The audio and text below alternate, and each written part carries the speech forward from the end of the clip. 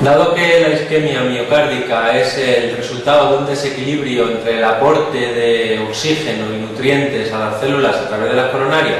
y las demandas metabólicas que estas células tienen, es fácil entender por qué aparece la angina, sobre todo con el esfuerzo, porque durante el esfuerzo físico el corazón aumenta las demandas miocárdicas de oxígeno y la presencia de enfermedad en las coronarias impide que le llegue suficiente para esas necesidades en ese momento. Por eso la angina suele aparecer con los esfuerzos. Sin embargo, la angina de Prinzmetal o angina variante, en la que el mecanismo subyacente es una vasoconstricción de las arterias coronarias, no se relacionan los episodios con el esfuerzo, sino que más bien son episodios de dolor de reposo nocturno en los que el paciente a veces incluso le despierta la presencia del episodio anginoso. Utilizamos esta pregunta para repasar brevemente cómo es el funcionamiento patológico que aparece en las arterias coronarias epicárdicas que acaba desarrollando la aterosclerosis, que al fin y al cabo es la responsable de la mayoría de los casos de enfermedad coronaria. Veamos que inicialmente el problema nace en una disfunción del endotelio. El endotelio que se encarga, entre otras cosas, de fabricar sustancias vasodilatadoras y vasoconstrictoras necesarias para el adecuado funcionamiento de la circulación coronaria y también encargado de un adecuado control de las sustancias que entran y salen a través del endotelio al espacio subendotelial, sustancias y células. Cuando el endotelio es dañado por la presencia de factores de riesgo cardiovascular como hipercolesterolemia, el tabaco, la hipertensión, etc., no funciona correctamente y permite el paso de sustancias al espacio subendotelial. Destacamos la LDL, el colesterol LDL, de tal manera que cuando aparece LDL al espacio subendotelial porque el endotelio está disfuncionante, las células lo detectan como una sustancia anómala y los macrófagos tratan de fagocitarlo liberando citoquinas que atraen a otras células inflamatorias, produciendo por tanto un fenómeno de inflamación local. Esta inflamación va a dar lugar al desarrollo de una placa de ateroma en la cual generalmente tenemos una zona central más o menos grande llena de colesterol LDL esterificado y a su alrededor una respuesta inflamatoria crónica en la que hay macrófagos, linfocitos y progresivamente también desarrollo de fibrosis colágena en relación con esto. Y esta interposición de material en el espacio subendotelial fomenta todavía más la disfunción del endotelio, con lo cual esto tiende a perpetuarse. Por tanto, la disfunción endotelial e inflamación que dan la génesis de la enfermedad aterosclerótica coronaria producen las llamadas placas de ateroma. Las placas de ateroma podemos diferenciar desde el punto de vista histológico unas placas que llamamos vulnerables, en las que predomina una gran cantidad de contenido lipídico y una gran inflamación con mucho componente celular a su alrededor, y otras placas que se denominan estables, en las que el contenido lipídico es pequeño y alrededor tenemos gran contenido de fibras colágenas por inflamación crónica que hacen que la placa sea dura al tacto y que realmente sea una placa poco vulnerable, es una placa bastante dura. Especialmente las placas vulnerables pueden sufrir ante determinadas circunstancias y agresiones los fenómenos que dan lugar a los síndromes coronarios agudos. Las placas crónicas, si sufren pequeños episodios de rotura o fisura del endotelio en las que se expone el material endotelial al torrente sanguíneo, dan lugar a pequeñas trombos a raíz de esa señal que supone la exposición del material subendotelial, y estos trombos son pequeños, no ocluyen la arteria y con el paso del tiempo se van organizando, se van reendotelizando, y episodios repetidos de trombosis pequeñas no oclusivas sobre placas poco vulnerables dan lugar al crecimiento progresivo de la placa, de manera que la obstrucción de la arteria coronaria cada vez es más evidente, llegando a producir síntomas cuando esa obstrucción alcance la significación, que se encuentra en torno al 70% para aparecer síntomas solamente con el ejercicio. Ya cuando es del 90% puede haber síntomas incluso en reposo o con mínimos esfuerzos. Por lo tanto, digamos que tenemos muchas reservas las coronarias que son tan grandes que hasta que no estamos obstruidas al 70%, pues prácticamente el paciente no nota nada. La isquemia silente es otra forma de síndrome coronario crónico en el que el paciente no tiene dolor, pero los episodios fisiopatológicos subyacentes son exactamente los mismos.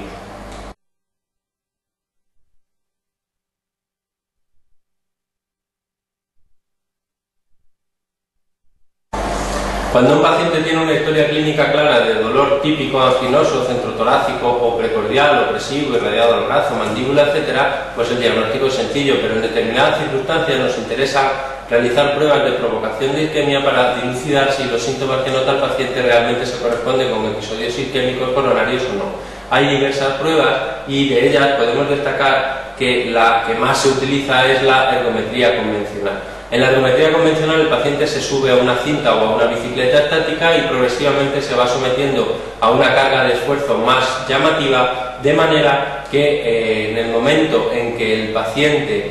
sufra isquemia aparecerán en el electrocardiograma una serie de alteraciones propias del daño isquémico celular. Estas alteraciones pueden corresponder con diversas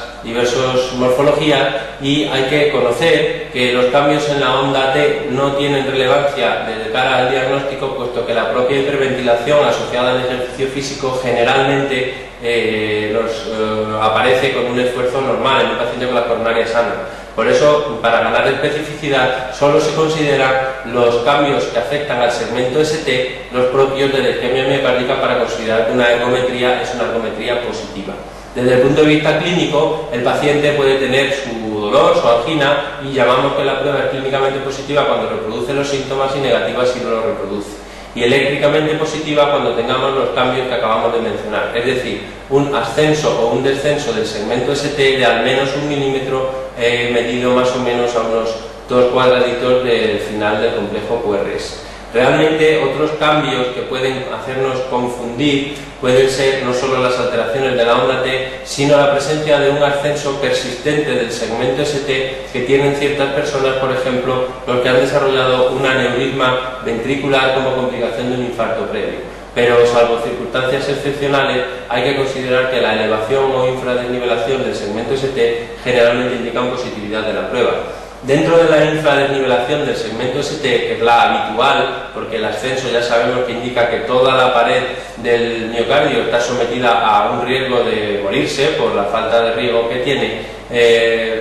si nos centramos en el descenso ST, conviene también saber que un descenso de tipo horizontal o dependiente horizontal es el típico y el paradigmático de la isquemia miocárdica, porque un descenso con pendiente descendente se puede apreciar, como vimos también previamente, en otras circunstancias como puede ser una hipertrofia ventricular izquierda.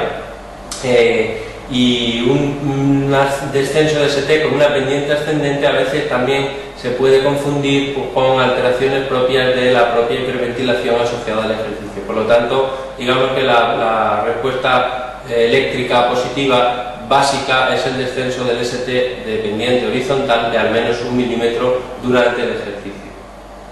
Las otras pruebas que se utilizan para la detección de isquemia tienen indicación en función de cuál sea la situación del paciente. De tal manera que si un paciente no puede hacer esfuerzo físico por el motivo que sea, por ejemplo, porque tiene una claudicación intermitente limitante o porque tiene problemas de artrosis en las piernas que le impiden caminar en la cinta, tenemos que vernos obligados a hacer el esfuerzo de una forma artificial e intentar provocar la isquemia con un estímulo farmacológico. Los fármacos que se utilizan básicamente son o la dobutamina, que es un fármaco inotropo y cronotropo positivo que va a estimular al corazón, trabajará más deprisa y más fuerte y aumentará sus demandas de oxígeno y no servirá para evidenciar la isquemia. Y la alternativa es el dipiridamol o la adenosina, que por estimulación de receptores adenosínicos producen vasodilatación coronaria directa. De tal manera que si existe una obstrucción en una arteria, en esa parte de la obstrucción no se va a poder vasodilatar la pared arterial y va a hacer que, aunque llegue más sangre a través de las coronarias, se vaya predominantemente a los territorios sanos,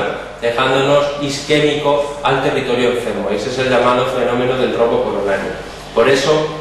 se puede utilizar dobutamina o dipiridamol en función de las características del paciente, porque por ejemplo el dipiridamol, igual que la adenosina, están contraindicados en pacientes con asma porque puede producir broncoespasmo. Por eso, en función de sus características, decidimos una u otra. Y la forma de valorar si existe o no isquemia, aparte del electrocardiograma con ese descenso o ascenso de ST que hemos mencionado, puede emplearse técnicas de imagen para intentar dilucidar si hay isquemia o no. Y las técnicas de imagen son básicamente dos: o bien las técnicas de imagen estructural estructural del corazón, como la ecografía o la resonancia magnética, en la que tratamos de detectar cómo con el ejercicio físico o cómo con la infusión del fármaco que produce un aumento en las demandas miocárdicas de oxígeno, el paciente, hay una parte de su ventrículo que deja de contraerse adecuadamente, lo cual nos indica que se queda isquémica cuando la sometemos a estrés. Las otras técnicas de imagen son las técnicas de medicina nuclear, básicamente el PET, la tomografía de emisión de positrones, que es de un uso restringido casi a casos muy particulares o a técnicas de investigación, o la gammagrafía con isótopos, básicamente con talio o con tecnecio 99 metaestable, que es el que más se utiliza en la actualidad, de tal manera que en la gammagrafía es fácil interpretar la isquemia realizando al paciente una prueba de estrés, bien sea con ejercicio físico o con fármacos, y comparando las imágenes que se obtienen con la gamma cámara, tanto inmediatamente después del esfuerzo como tras varias horas de reposo. Esa comparación nos permite diferenciar distintas zonas, y zonas que durante el ejercicio no captan el isótopo y que en el reposo sí que lo captan, es decir, una zona fría reversible nos indica que con el esfuerzo a esa parte del corazón no llega suficientemente bien el isótopo y por tanto hay una zona con isquemia. Sin embargo, una zona fría, que está fría, es decir, no capta isótopos ni en ejercicio ni en reposo, pues probablemente nos indica que es una zona que está muerta y que no merece la pena ni siquiera intentar revascularizar. Finalmente, la coronariografía, que es la técnica gold estándar para la evaluación de la presencia de enfermedad coronaria, nos permite evaluar la severidad de las estenosis en las arterias coronarias, su localización, su extensión, etc. y analizar cómo está el lecho distal de cara a una eventual revascularización. Insisto en que a partir de un 70% de obstrucción se considera que las lesiones son significativas, y con menos de un 70% son lesiones moderadas o leves que en principio no son suficientemente importantes como para producir isquemia al paciente. En lesiones dudosas que están en una zona intermedia cercanas al 70%, nos podemos plantear técnicas avanzadas de diagnóstico intracoronario como la ecografía intracoronaria o técnicas de guía de presión y evaluación de la reserva fraccional de flujo, que nos permiten establecer si esa lesión del 70%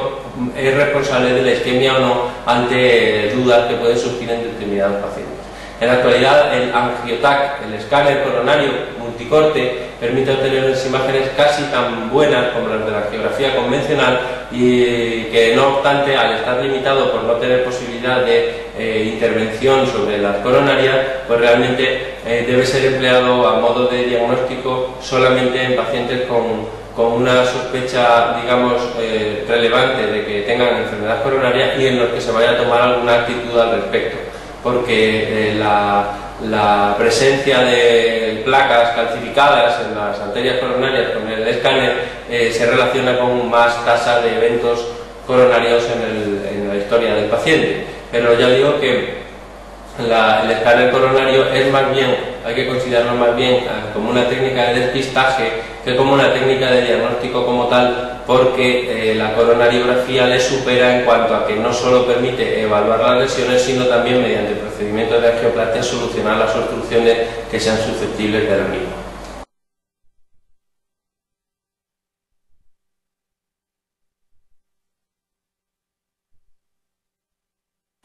Cuando se interpreta una ergometría convencional tenemos limitaciones, porque en esta prueba lo que analizamos es, aparte de los síntomas del paciente, el electrocardiograma. Y hay personas que tienen el electrocardiograma ya tan alterado basalmente que no vamos a saber diferenciar si los cambios que aparecen con el esfuerzo son provocados por la isquemia o son porque el paciente tiene su electrocardiograma alterado. Esas circunstancias son básicamente 5, que son la presencia de un bloqueo de rama izquierda o un marcapasos, que al fin y al cabo nos va a producir un patrón de despolarización y repolarización completamente equiparables, de tal manera que en presencia de bloqueo de rama izquierda o marcapasos hay que considerar que el electro se hace ciego para valorar los cambios isquémicos. Por otra parte, el pleodigoxina ya hemos comentado que produce la cubeta digitálica, que consiste en un descenso del segmento ST, y me va a ser difícil valorar si un descenso añadido a ese descenso es por isquemia o es por la digital o cuál es el motivo. La presencia de un síndrome de Wolff-Parkinson-White, igualmente, al alterar la despolarización y la repolarización, me va a dificultar la interpretación porque hay pacientes que tienen el segmento ST descendente y la T negativa, lo mismo que en presencia de hipertrofia ventricular izquierda con cambios secundarios de la repolarización que ya basalmente presentan un ST descendente con la T negativa. Por eso, cuando hay estas alteraciones basales en el electrocardiograma, es recomendable no hacer solo una prueba de esfuerzo convencional y controlar si hay o no isquemia añadiendo una técnica de imagen, bien sea eco o resonancia o bien sea una técnica de medicina nuclear.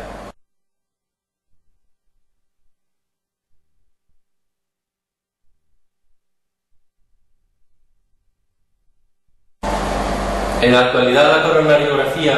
o angiografía coronaria ha dejado de ser un procedimiento de alto riesgo para convertirse en una práctica rutinaria en muchos pacientes coronarios. El riesgo de desarrollo de complicaciones graves es extremadamente bajo y el beneficio que se obtiene de la información que nos aporta es muy alto. Por lo tanto, hay muchos pacientes que tienen indicación. La indicación de hacerse una coronariografía es sencilla desde el punto de vista clínico porque son todos aquellos pacientes que tengan datos de alto riesgo o de mal pronóstico detectados con las pruebas de detección de isquemia que hemos comentado previamente, o bien incluso sin tener necesidad de hacerla si es un paciente de un riesgo particularmente alto. En determinadas ocasiones también realizamos esta prueba, la coronariografía, en pacientes que no tienen un riesgo especialmente alto, pero son profesionales de riesgo, como pilotos de aviación, etcétera, en los que tenemos que tener la máxima seguridad de que no tienen enfermedad coronaria y ante la presencia de síntomas dudosos, pues podría ser recomendable hacerlo, siendo esta una de los lugares donde probablemente el angiotac coronario o coronariografía no invasiva se ha abierto más camino en los últimos tiempos.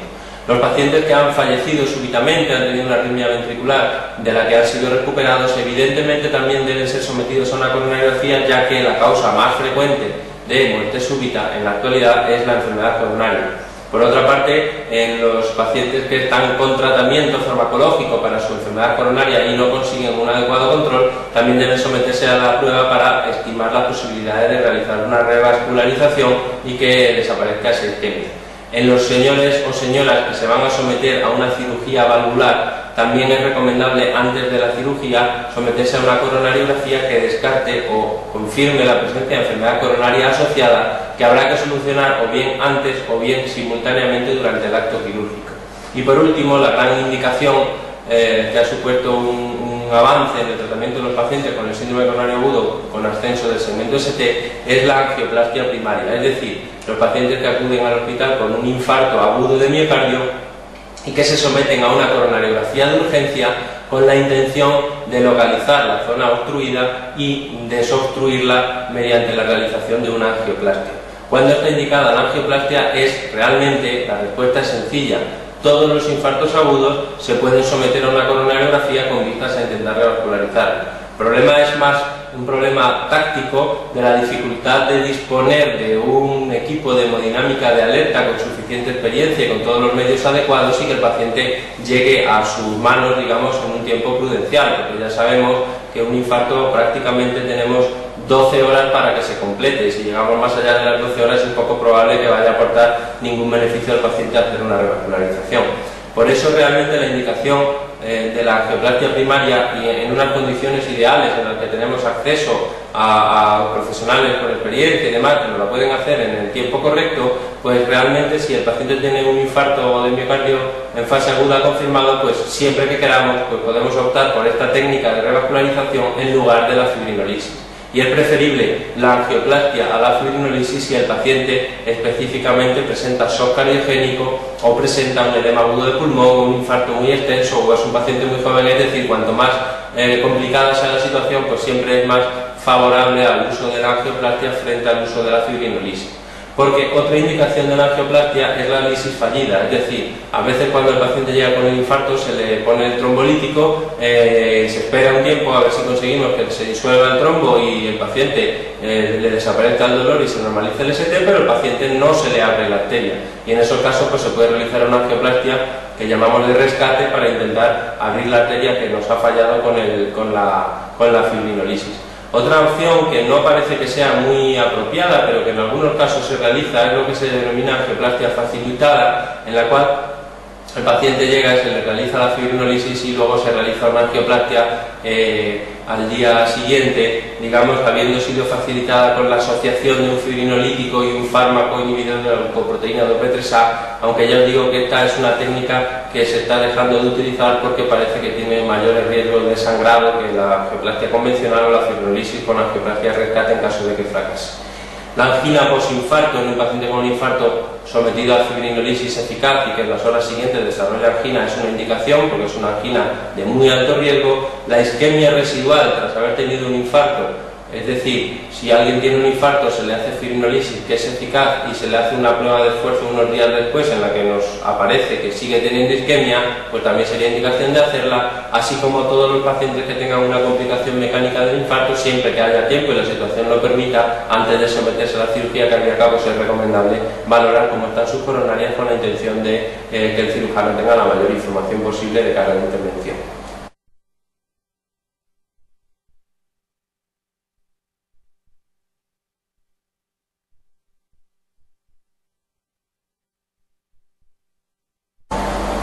Es sencillo pensar cuándo está indicado revascularizar las arterias. Y la respuesta no es siempre que haya enfermedad, porque enfermedad coronaria probablemente en las personas mayores de 50 años es la norma que haya, por pequeña que sea, alguna lesión en las coronarias. La indicación de revascularización la determina la presencia de datos de mal pronóstico en las pruebas de detección de isquemia. Prueba de esfuerzo, la prueba de eco de estrés con dobutamina o con isótopos o como se realice. A lo que hay que añadir la detección de viabilidad. Es decir, si un paciente ha sufrido un infarto y hay un trozo del corazón que ha perdido y que no tiene posibilidad de recuperar, no tiene ningún sentido revascularizar la arteria que irriga ese territorio porque no va a mejorar la situación del paciente, ni los síntomas, ni la fracción de eyección, ni nada. Antes de revascularizar tenemos que tener garantías de que hay viabilidad y que las células de ese territorio no están muertas, de manera que en el momento en que volvamos a darle flujo van a recuperar su capacidad contráctil, con lo cual mejorará la función sistólica del corazón. Así pues, cuando coincide que el paciente tiene datos de mal pronóstico y existe viabilidad celular, está indicado hacer una revascularización. ¿Cómo revascularizar? Pues es una pregunta también relativamente sencilla. Las guías internacionales recomiendan lo que se obtuvo de estudios y ensayos clínicos antiguos en los que se comparaba la revascularización mediante cirugía de bypass con revascularización percutánea mediante angioplastia. Esto, en la actualidad, no se deben considerar dos técnicas excluyentes, sino dos técnicas complementarias. De tal manera que, por ejemplo, si un paciente se opera de bypass y tiene algún problema de obstrucción en uno de los bypasses, la solución puede ser una angioplastia sobre el propio bypass. O, por ejemplo, si un paciente se somete a revascularización percutánea con angioplastias y sufre episodios de reestenosis que no se solucionan adecuadamente con nuevos procedimientos de angioplastia, pues se puede someter a una cirugía de bypass. Es decir, no son técnicas excluyentes, sino complementarias. Sin embargo, la recomendación internacional, y teniendo en cuenta que la angioplastia tiene un riesgo alto de reestenosis, es decir, una vez tratada la arteria y abierta la zona de la lesión para que fluya de nuevo la sangre, existe la posibilidad de que se vuelva a cerrar, es recomendable la cirugía y preferible a la angioplastia en aquellos casos en que se prevé que la reestenosis va a ser importante, o desde el punto de vista de probabilidad de que acontezca, o desde el punto de vista de que si aparece va a tener implicaciones serias de cara al pronóstico del paciente.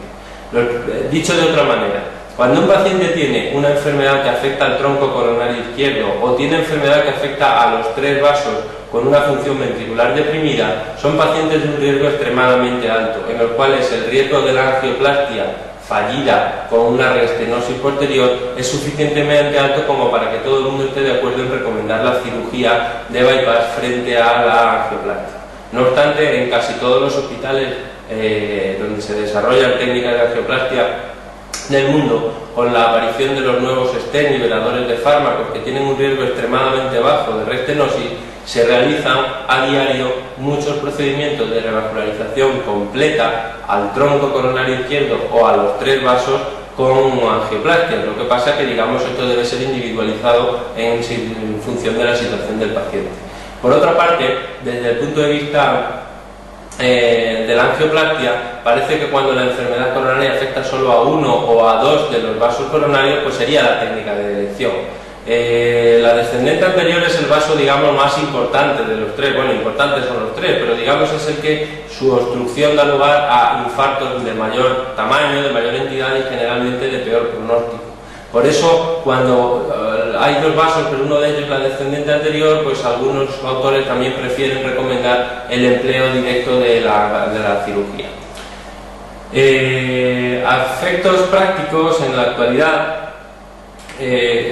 Yo tengo una opinión que probablemente es mía nada más, pero que creo que debo transmitiros, y es que no hay que obsesionarse con cuál es la mejor técnica para cada paciente, porque esto tiene que ser completamente individualizado. Quiero decir, si un paciente tiene enfermedad de 3 vasos y disfunción ventricular, pero el cirujano cardíaco le ofrece una cirugía de revascularización completa con puentes de vena safena, que sabemos que a los 8 o 10 años prácticamente siempre tienen algún problema si no se han obstruido del todo, a lo mejor es preferible hacer una angioplastia a los 3 vasos con un stent liberador de fármacos con bajo riesgo de restenosis. Y sin embargo, si tengo un paciente con enfermedad de 2 vasos, que es la descendente anterior y la circunfleja, y el señor que hace la angioplastia, él se plantea hacer una revascularización con angioplastia simple o colocar un stent convencional, siendo la descendente anterior uno de los vasos que está obstruido, frente a un cirujano que dice, no, yo le voy a hacer una revascularización arterial completa, voy a usar la mamaria interna izquierda a la descendente anterior, la mamaria interna derecha a la circunfleja, y si me falta para ponerle derecha, pues son 3 vasos, pues le cogemos un puente arterial radial. Bueno, pues en esas circunstancias, usando puentes arteriales cuya durabilidad es infinitamente mejor que la de los puentes venosos, pues probablemente sea preferible utilizar la cirugía. Pero insisto en que esta técnica debe individualizarse de un paciente a otro, y no existe un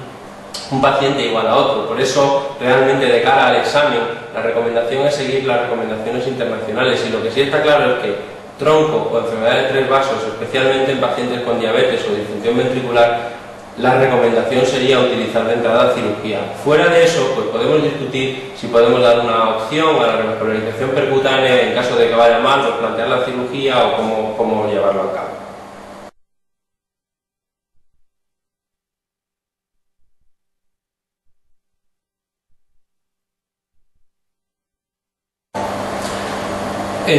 El ascenso del segmento ST es propio del síndrome coronario agudo con ascenso del segmento ST, como su propio nombre indica, que es el infarto agudo del miocardio. Realmente hay otras entidades que producen ascensos del ST, como ya hemos comentado, el aneurisma ventricular, secuela de un infarto, produce una elevación persistente del segmento ST. La pericarditis aguda se presenta con una elevación del segmento ST bastante difusa, solo que suele ser cóncavo hacia arriba, a diferencia del infarto que suele ser cóncavo hacia abajo. La angina variante de Pink Metal en ocasiones sufre los episodios de dolor torácico nocturno, corresponden con ascenso del segmento ST porque es muy intensa la isquemia a la que se someten a las células y hay una corriente de lesión transmural o subepicárdica. El infarto no-Q o infarto sin onda Q suele ser un infarto limitado al subendocardio que en la fase aguda normalmente no presenta ascenso de ST sino descenso de ST, porque es solo el subendocardio el que está sometido a un daño isquémico grave.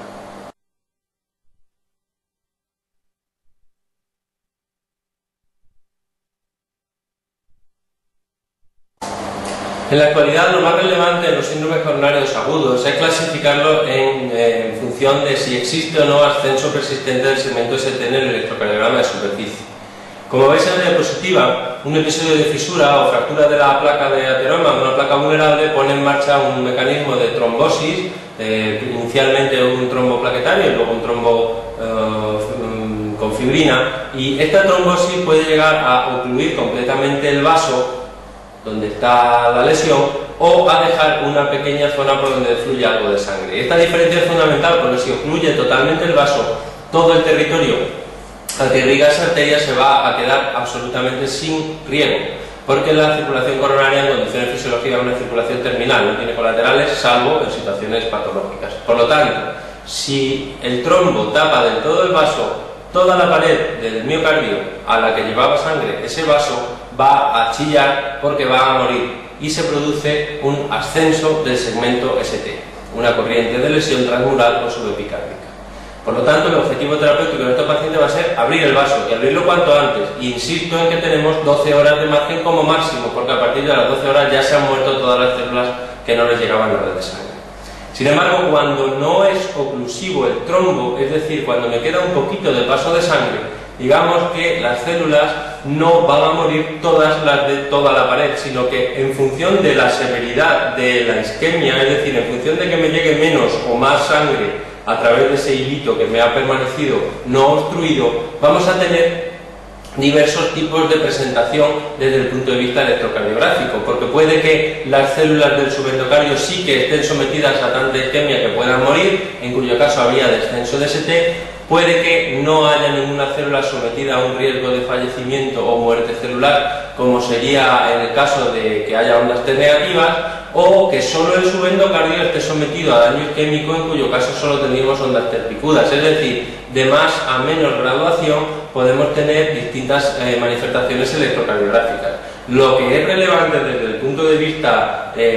clínico no es esta diferenciación a corto plazo, porque a corto plazo el manejo de todos estos pacientes va a ser similar. La diferencia va a estar, por tanto, en determinar si el ST está ascendido o no. Pues si está ascendido hay que abrir ya, y si no, lo que hay que hacer es estabilizar la situación. Una vez que vayan pasando las horas y vayamos obteniendo el resultado de los enzimas y de las troponinas y de la CPK y demás, podemos clasificar al paciente con síndrome coronario agudo sin ascenso del segmento ST en distintos tipos, de tal manera que si realmente sube la CPK, asumimos que hay necrosis miocárdica, se considera que sube la CPK cuando es al menos el doble del valor normal, con al menos un 10% de CPK-MB, que es la de origen cardíaco, y en esos pacientes hay que hablar de infarto, pero de infarto que no afecta a toda la pared, suele ser un infarto solo del subendocardio, que es la zona máximamente sometida a la isquemia. Estos pacientes no desarrollan onda Q en el electro de superficie porque no ha muerto toda la pared, es un infarto subendocárdico. Sin embargo, si la CPK no ha aumentado, podemos asumir que no ha habido muerte celular hasta que aparecieron las troponinas, porque ahora tenemos más sensibilidad para detectar la muerte celular, y con 3 celulillas que se hayan muerto ya nos va a marcar troponina positiva, que va a ser peor que aquellos en los que realmente no ha muerto ninguna célula, que tendrían troponina negativa. Si no ha muerto ninguna célula y tiene la troponina negativa, formalmente hablando no hay infarto, luego esto sería una verdadera angina inestable. Sin embargo, cuando ha subido la troponina, aunque no haya subido la CPK, es un síndrome coronario agudo de un riesgo especialmente alto, porque algo de necrosis celular ha habido, y esto se llama microinfarto, daño miocárdico menor o angina inestable con troponina positiva. De todas formas, insisto en que esta diferenciación entre infarto subendocárdico, daño miocárdico menor o angina inestable es una diferenciación a posteriori, cuando el paciente ya lleva horas de evolución y tenemos el resultado de la selección enzimática, de la selección de troponinas y demás. Luego, desde el punto de vista práctico, no va a ser tan importante para tomar decisiones terapéuticas en la fase aguda como es el hecho de ver si el ST está ascendido o no, que sí que nos modifica de forma muy sustancial el tratamiento.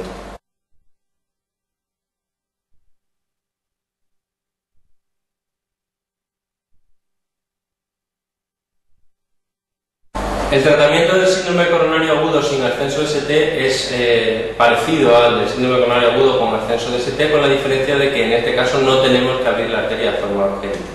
¿Dónde tratar al paciente? Es sencillo. Si el paciente tiene criterios de alto riesgo, deberá ir a la unidad de cuidados intensivos coronarios. Si no tiene datos de alto riesgo o tiene un riesgo intermedio, probablemente se pueda manejar en plan de hospitalización convencional, e incluso algún caso de riesgo extremadamente bajo, cosa rara, se podría plantear su manejo ambulatorio. El tratamiento va a ser sencillo, va a ser oxígeno, reposo, monitorización continua por si aparecen arritmias ventriculares, y en cuanto a los fármacos, pues tenemos que considerar que el objetivo va a ser estabilizar la placa de ateroma para que no progrese el trombo y acabe ocluyendo la arteria. Para eso usamos fármacos antitrombóticos de diversa índole. En la actualidad se recomienda usar aspirina y clopidogrel asociados, al menos durante un año, en todos los pacientes que han tenido un síndrome coronario agudo sin ascenso de ST. Además de esto, podemos usar fármacos que son inhibidores de la glucoproteína 2B3A, de tal manera que se recomienda usar tirofiban o eptifibatide en aquellos pacientes que no se vayan a someter a un procedimiento muy precoz de coronariografía, y siempre que el paciente esté en una categoría de alto riesgo. Es decir, A todos le damos aspirina y clopidogrel. Y si el paciente además tiene alto riesgo, entonces le añadimos un inhibidor del lado beta, que será tirofiban o ertifibatide en el hipotético caso de que el paciente no se vaya a someter a una revascularización demasiado precoz, y será abcisimab si al paciente, digamos, en las primeras horas de evolución, pues por motivos técnicos se le realiza una coronariografía que es particularmente compleja. Una alternativa a estos fármacos sería usar vivalirudina, que es un inhibidor directo de la trombina derivado de la irudina, que se saca de la sanguijuela, y que es una alternativa, pero insisto, solo para pacientes que se sometan a una coronariografía compleja, precoz, en el síndrome coronario agudo sin ascenso de ST. Aparte de estos antiagregantes, se usan anticoagulantes y podemos optar entre usar heparina no fraccionada, heparina bajo peso molecular, siendo de elección la enoxaparina, que es con la que tenemos más experiencia en este contexto, o bien, recientemente, fondaparinus, que es un inhibidor directo del factor 10 y que podemos utilizar en los pacientes con alto riesgo de sangrado, o incluso vivalirudina, que como hemos comentado es otro antiagregante anticoagulante como inhibidor directo de la trombina y que está indicado especialmente en pacientes en los que se realiza una coronariografía de forma precoz. Aparte de estos tratamientos antitrombóticos, son importantes los antianginosos y, lógicamente, como en toda situación, va a ser de elección el beta-bloqueante, salvo que el paciente esté en plena insuficiencia cardíaca sistólica aguda descompensada. Y si no tolera beta-bloqueante, pues usamos nitratos o asociamos nitratos y luego empezamos con beta-bloqueantes o utilizamos un calcio antagonista. Pero hay que llamar la atención sobre los calcio antagonistas porque verapamil y diltiazem, al ser inotropos negativos, estarían contraindicados en este contexto y los dihidropiridinas no se deberían utilizar nunca en monoterapia por el riesgo de provocar taquicardia refleja que aumente las demandas de oxígeno y por tanto empeora la situación. Y por último, recordar que como paciente coronario que es, ya va a tomar probablemente un fármaco del grupo de las estatinas de por vida y sería recomendable usar un fármaco del grupo del IECA o ARA2, especialmente en caso de que haya disfunción ventricular, en cuyo caso sería obligatorio, y si no tiene disfunción ventricular, pues también es muy recomendable, la mayoría de los autores recomiendan su utilización crónica.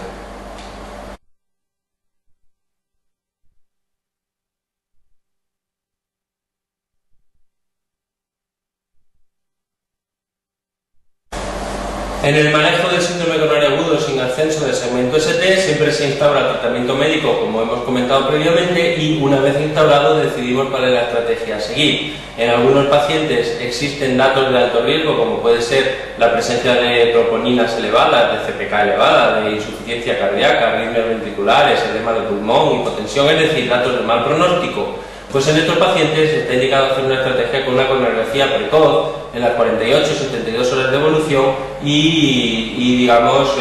con eso decidir un poco cuál es la actitud siguiente. Desde el punto de vista del paciente que no presenta datos de alto riesgo, podemos elegir entre también realizar una estrategia de coronariografía precoz o bien diferir la decisión de si necesita o no una coronariografía tras 48-72 horas sin dolor torácico en las que se realiza una prueba de esfuerzo. Y según lo que marca la prueba de esfuerzo, pues decidimos. Si la prueba de esfuerzo tiene datos de mal pronóstico, habría que hacer la coronariografía, y si no tiene datos de mal pronóstico, podríamos manejarlo de forma conservadora con tratamiento médico y enviarlo a su domicilio para seguimiento ambulante. De todas formas, en todos los pacientes que estén con síndrome coronario agudo sin ascenso de ST, que no consigamos estabilizar la situación con el tratamiento médico, evidentemente está indicado un manejo agresivo con coronariografía precoz en todos los casos.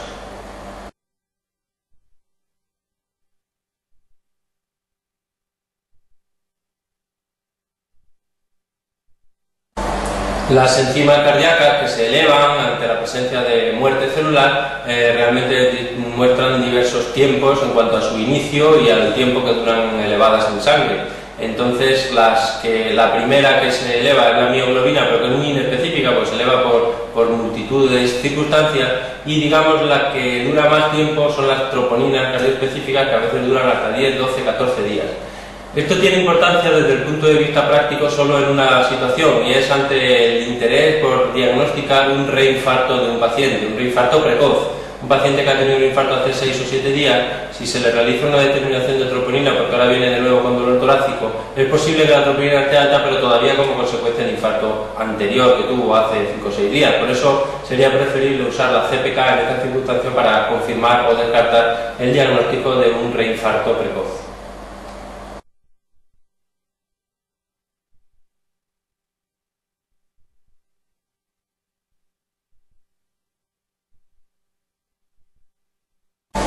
Y este caso clínico es el paradigma de un infarto de localización inferior, porque tenemos el dolor típico que dura al menos 30 minutos, que es el tiempo, digamos, habitual mínimo de duración del dolor del infarto, y que cuando queda acude al hospital hay un ascenso persistente del segmento ST. La localización de los cambios en D2, D3 y AVF nos orienta que es un infarto de la cara inferior del corazón, y la imagen especular en V1 pues nos habla de que es posible que haya afectación del ventrículo derecho, pero habría que confirmar colocando los electrodos en derivación V3R o V4R. Por lo tanto, esto es un infarto de miocardio de cara inferior y habrá que manejarlo como tal con reperfusión urgente de la arteria responsable del infarto.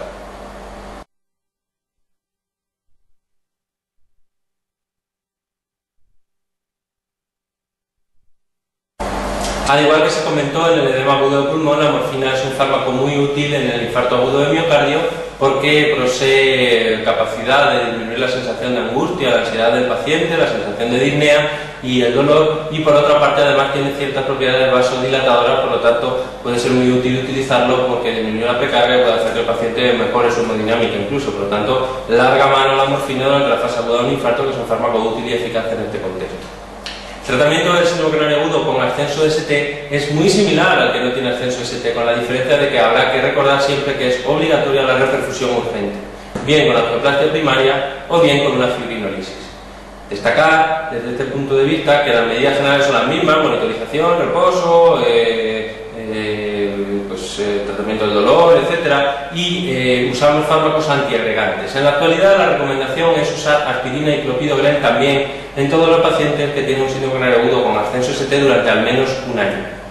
Aparte de estos, los antiagregantes se puede considerar los inhibidores de la glucoproteína 2B3A, básicamente solo uno, que es Aflisimab, y básicamente solo en el contexto de haber realizado una angioplastia primaria del infarto. Es decir, si el paciente se somete a fibrinolisis, los dos anti-2B3A no tienen papel en el infarto, en el ascenso de ST. Sin ascenso ya veíamos que en principio en los pacientes de alto riesgo siempre se utilizaban, pero en el síndrome coronario agudo con ascenso ST no, solamente en lo que se sometan a angioplastia, y es Aflisimab el único que parece razonable utilizar en este contexto.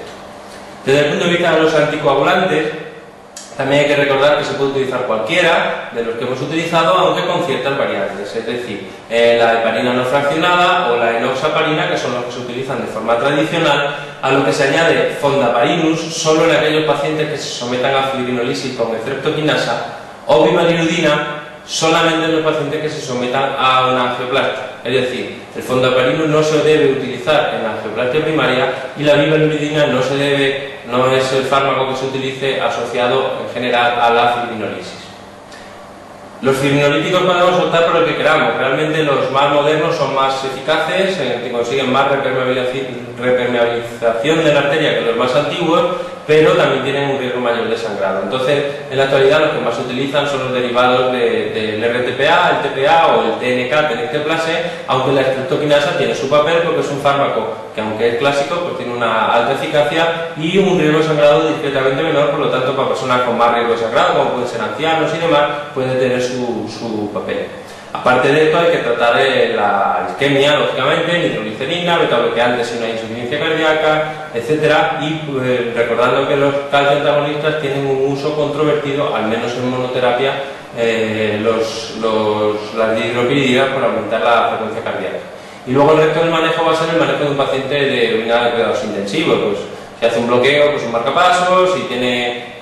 un shock cardiogénico, pues un valor de contrapulsación, miotropos, etc. Es decir, era un manejo en función de cómo sea la evolución del paciente.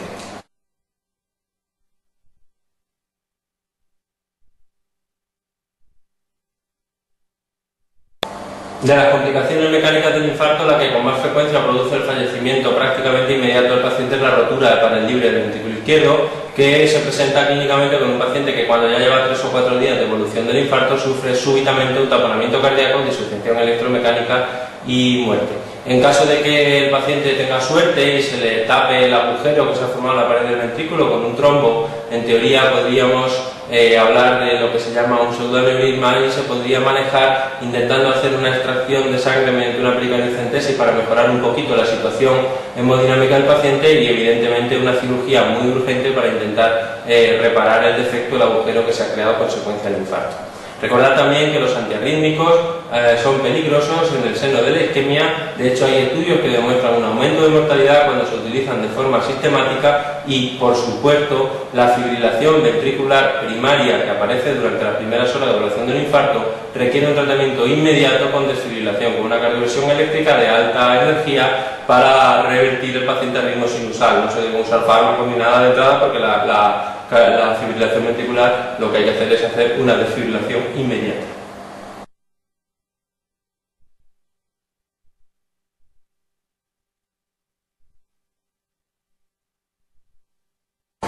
De las arritmias que se asocian a la fase aguda del infarto hay que recordar la fibrilación ventricular. Es bastante frecuente que un infarto fibrile y no necesariamente tiene que ser un infarto demasiado grande para que fibrile, porque la isquemia produce una irritabilidad miocárdica que facilita la aparición de fenómenos de reentrada funcional en las zonas del infarto y las zonas circundantes que produce fibrilación ventricular. Esta fibrilación ventricular, insisto, es necesariamente obligatorio someterla a una desfibrilación o una descarga eléctrica asíncrona para conseguir la restauración del ritmo sinusal inmediatamente. Y una vez que la hemos restaurado el ritmo sinusal, nos planteamos si hacer prevención secundaria con fármacos antiarrítmicos del tipo de la lidocaína o la amiodarona, pero nunca antes de que el paciente haya fibrilado. Por otra parte, el RIVA, el ritmo idioventricular acelerado, es una arritmia de reperfusión que indica que la zona que estaba a punto de morirse no se ha muerto y, como está muy contenta, se irrita y empieza a mandar impulsos eléctricos automáticos que originan un ritmo que nace en los ventrículos en la zona del infarto y que, por tanto, indica buen pronóstico porque nos indica que la arteria que estaba ocluida se ha desobstruido. No necesita, por tanto, en general ningún tratamiento. Y por último, hacer mención a los bloqueos auriculoventriculares que aparecen en la fase aguda del infarto. Es de destacar que los bloqueos que aparecen en los infartos de cara inferior suelen estar producidos porque hay mucha irritación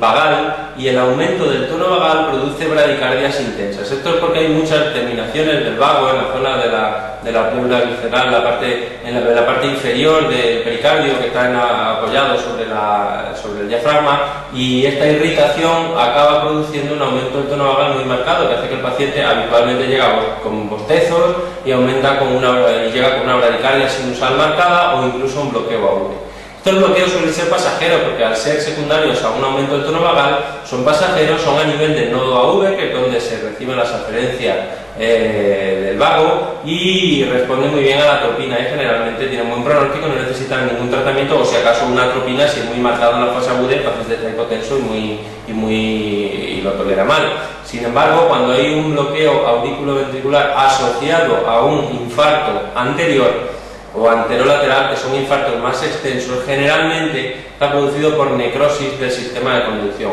Se ha muerto el GIS y sus ramas, y si se ha muerto el GIS y sus ramas, son infartos generalmente de mal pronóstico porque habitualmente no se recuperan y además el ritmo de escape está mucho más abajo que en los bloqueos a nivel de nodo, que suele ser un escape con un QRS estrechito y una frecuencia de despolarización bastante rápida. La respuesta a atropina en los infartos de cara anterior con bloqueo AV es prácticamente nula, porque la atropina ya hemos comentado que solo conseguimos acelerar al nodo AV, pero no al sistema de Purkinje, que es donde está el ritmo de escape en un infarto anterior en el que se ha necrosado, digamos, una buena parte de la arteria.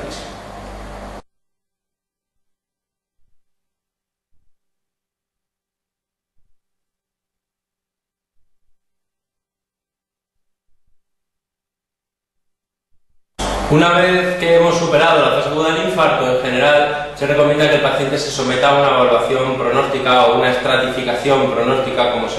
como se suele mencionar en los informes clínicos. Realmente, en la evaluación pronóstica lo que tratamos de establecer es el riesgo a largo plazo de este paciente, y generalmente la intención va a ser determinar si necesitamos o no una coronariografía con vistas a plantear una una terapia de reperfusión, con angioplastia o con fibrinolisis. Para eso lo que se suele hacer, o con lo que se hacía clásicamente, era que a partir de los 5 días aproximadamente del infarto agudo, al paciente se realiza una prueba de esfuerzo y en función de esos datos se decide. Si la prueba de esfuerzo tiene datos de mal pronóstico, evidentemente hay que hacer una coronariografía para ver qué podemos arreglar de las coronarias, qué podemos reperfundir, y si la prueba de esfuerzo no tiene datos de mal pronóstico, pues el paciente se podría marchar a su domicilio con tratamiento crónico y manejo farmacológico. No obstante, como ahora hay muchos pacientes que durante la fase aguda del infarto se someten a una angioplastia primaria, pues en esos pacientes ya no tiene sentido hacer esa prueba de esfuerzo pronóstica porque ya le hemos hecho la coronariografía y ya hemos decidido si necesita o no una revascularización. Evidentemente, en los pacientes que tengan datos de mal pronóstico, pues deberán someterse a revascularización como sea pertinente, o con angioplastia o con cirugía de bypass. El tratamiento que deben recibir estos pacientes de por vida no es complejo y es la aspirina a la que hay que asociar el clopidogrel los primeros 12 meses en general. Luego también es necesario que el paciente tome un IECA al menos durante la fase inicial para completar la cicatrización del infarto, y a poco que tenga una mínima disminución de la fracción de eyección ya tiene indicación de por vida para tomar el IECA. Deben tomar un metabloqueante como antianginoso de elección y deben tomar una estatina también para toda la vida, independientemente de las cifras de colesterol. Por otra parte, en algunos casos es necesario implantar un desfibrilador automático para prevención primaria del riesgo de arritmias ventriculares malignas, y en ningún caso utilizar fármacos antiarrítmicos de otro tipo, especialmente los del grupo 1 como flecainida y demás, porque pueden aumentar el riesgo de mortalidad por otros problemas, por shock cardiogénico o por otras arritmias distintas de las que queremos tratar de prevenir con el fármaco. La eplerenona es un fármaco similar a la espironolactona, un inhibidor del receptor aldosterónico a nivel nuclear, que también ha demostrado su beneficio en el pronóstico de los pacientes con infarto de miocardio reciente, en el que tengan disfunción ventricular o insuficiencia cardíaca durante la fase aguda, y se recomienda que lo tomen al menos durante los primeros 6 meses, que es el tiempo que se estima dura el proceso de cicatrización del músculo ventricular.